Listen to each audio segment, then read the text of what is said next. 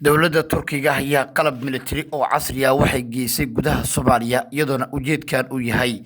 in ay qaado tallaabooyin waaweyn oo ay ku doonayso sidii ay ku difaaci lahayd arrinta guud ee la xiriirta qadiyadda dhanka Soomaaliya.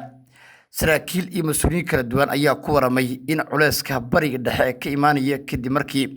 Cabdiraxmaan Cirro iyo xubno la socda ay tageen dhanka iyo dhulka xoogga lagu haysto. Arrintaas ay keentay in ay bilowdaan dhaqdhaqaaqyo siyaasadeed oo la xiriira arrimaha hadda ka soo cusboonaaday dhanka iyo gobolka bariga dhexe ee u soo guuraya dhanka iyo geeska Afrika.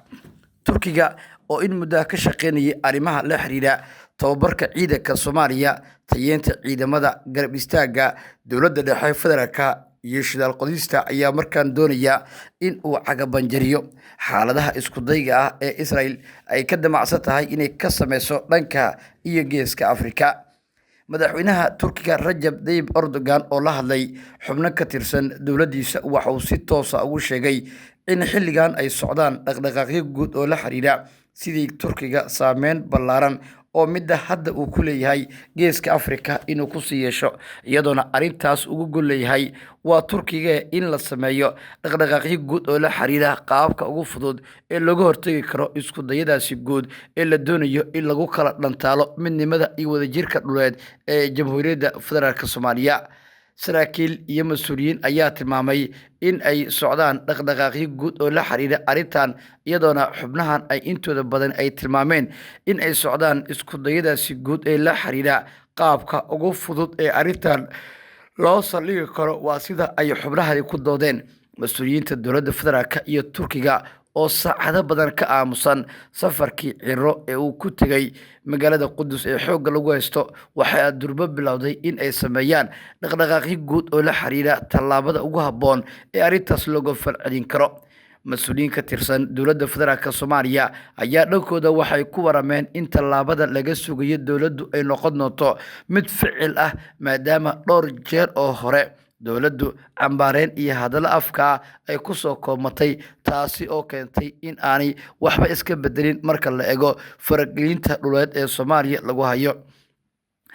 ila kala duwan ayaa dhanka kale waxay ku waramayaan in magaalooyin kala duwan Hargeysa ay ka mid tahay in dadka culays xooggan lagu saaray arrimaha dhaqdhaqaaqyada guud iyadoona saraakiil iyo mas'uuliyiin ka tirsan xukuumadda Cabdiraxmaan Cirro ee Somaliland ay bilaabeen sidii ay diiradda u saari lahaayeen in la beegsado dadka bilaabay in ay kacdoon halkaas isku dayaan taasoo keentay in saacadihii u dambeeyay ciidamo fara badan lagu arko meelaha loo arko in kacdoonka ama gadoodka uu ka dhici karo.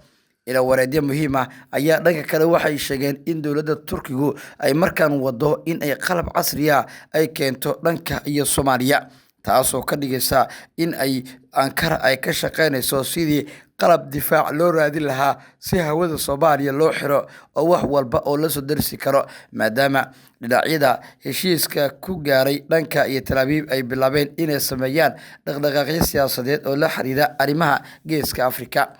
dowladda federaalka Soomaaliya ayaa in muddo waxay u xusul duubaysaa sidii ay jawaab cad ugu bixin lahayd dhaqdhaqaaqyada guud ee la xiriira dhanka iyo daansiga Israel ee ka wado dhanka Soomaaliya taasoo keentay in xukuumadda federaalku ay bilowdo dhaqdhaqaaqyadii ugu cuslaa ee arrintaasi la xiriira. Turkiga ayaa waxa uu sheegay in gantaalo iyo hub casri ah uu geenayo dhanka iyo Soomaaliya taas oo loogu gol leeyahay in lagu difaaco hawada, badda iyo dhulka Soomaaliya.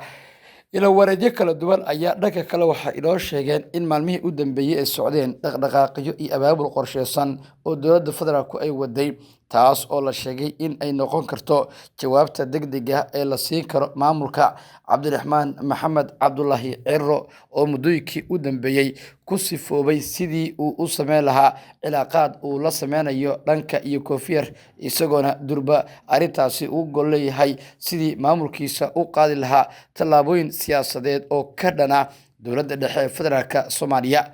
saraakiil iyo wadamo kala duwan waa mas'uuliyiin iyo wadamo kala duwan oo diblomaasiyiin ah ayaa durba bilaabay in arrimahan ay ka shiraan iyagoona soo saari doona war-saxaafadeedyo ay ku cambaareen doonaan si la mid ah kulamadii iyo safaradii hore. Saraakiil iyo mas-uuliyiin kala duwan ayaa waxa ay sheegeen in habmaamuuska sare ee Cabdiraxmaan Ciro ee soo dhoweynta lagu sameeyey in ay ka tarjumayso soo jiidashada dhanka Israel ay ku sameynayso maamulka waqooyi galbeed Somaliland loo garan og yahay, iyadoona arrimahaas oo idil ay ku soo beegmayaan xilli xaaladaha siyaasadeed ay sii cakirmayaan. wixii warar iyo dhacdooyin arrimaha ka soo kordha baahinteena tan xigta warbaahinta Xuraasi ku daawo waad ku maasan tahay daawashada iyo ku xirnaanta janaalkayga.